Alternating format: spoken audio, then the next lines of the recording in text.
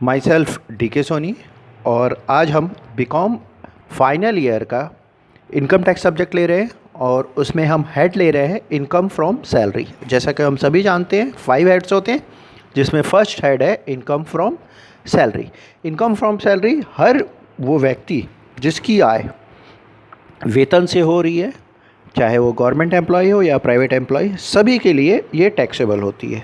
तो ऐसी स्थिति में हम इनकम फ्रॉम सैलरी में क्या क्या चीज़ें टैक्सेबल होती हैं, हम सबसे पहले computation of taxable income from salary लेते हैं, जिसमें आपका बेसिक पे, कमीशन, बोनस, एरियर और एडवांस सैलरी जो भी आपको मिल रही हो, जितना भी DA मिल रहा हो, DA that means DNS allowance, either DNS pay, इसके बाद HRA, entertainment allowance, education allowance, hostel allowance, all taxable perquisites या अनुलाभ जो आपको मिल रहे हैं, जितने भी टैक्सेबल परक्यूसिट हैं like a rent free house, motor car, servant facility, gas, electricity, water. साथ ही साथ आपका एम्प्लॉयर अगर आपको प्रोविडेंट फंड में पेमेंट कर रहा है, तो अगर आपका 12% से ज़्यादा एम्प्लॉयर का कंट्रीब्यूशन है तो वो भी, और अगर उस पर आपका इंटरेस्ट मोर देन 9.5% मिल रहा है तो वो भी टैक्सेबल हो जाएगा।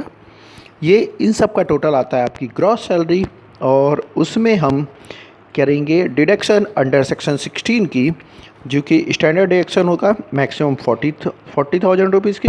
इंटरटेनमेंट अलाउंस की डिडक्शन जो कि आपको मिलती है सिर्फ 5,000, वो भी सिर्फ गवर्नमेंट एम्प्लॉय को, और प्रोफेशनल टैक्स आपने जितना पे किया है, इन तीनों आइटम को माइनस सब्ट्रैक्ट कर दोगे तो आपको फाइंड आउट हो जाएगी टैक्सेबल से।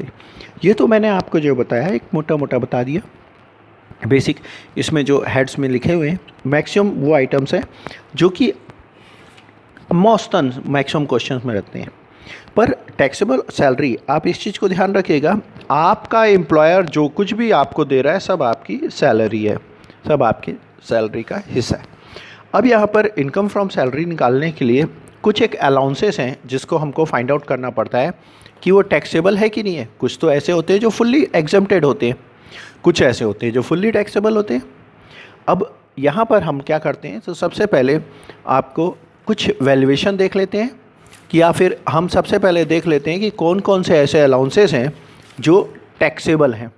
टैक्स के पार्ट में आते हैं, कुछ है एग्जम्प्टेड है, तो ऐसे कौन कौन से हैं जिनको हम लोग देखते हैं। एक बार वर्बली आपको मैं बता देता हूँ। महंगाई भत्ता, ये आपको फुल्ली टैक्सेबल बता रहा हूँ।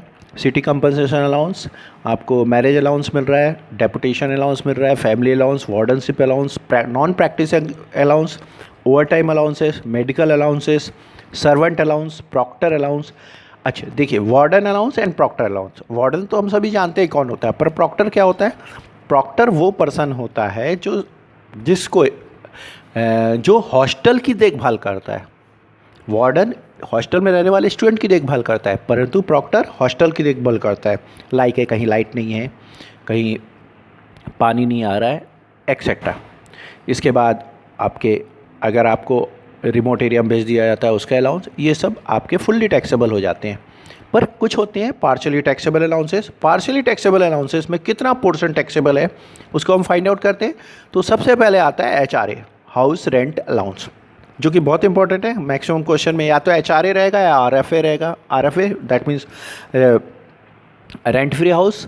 तो इन दोनों में से एक ना एक क्वेश्चन में रहता ही है, मोस्टली रहता है। तो हम देखते हैं कि आपका हाउस रेंट अलाउंस की टैक्सेबल पार्ट कितना होगा। तो हाउस रेंट अलाउंस के लिए सैलरी का मतलब होता है BP, दैट मीन्स बेसिक पे, DA UTE में that means dance allowance under terms of employment, either D पे लिखा है तो पूरा टैक्सेबल हो जाएगा, और उसके बाद फिक्स % कमीशन ऑन सेल्स। तो सबसे पहले आप इस परफॉर्मे में रखते जाइए वैल्यू को, ऑटोमेटिक आपको फाइंड आउट हो जाएगा। आपने लिखा received HRA less first received HRA, second paid rent minus 10% of salary, जो हमने सैलरी ऊपर कैलकुलेट की है,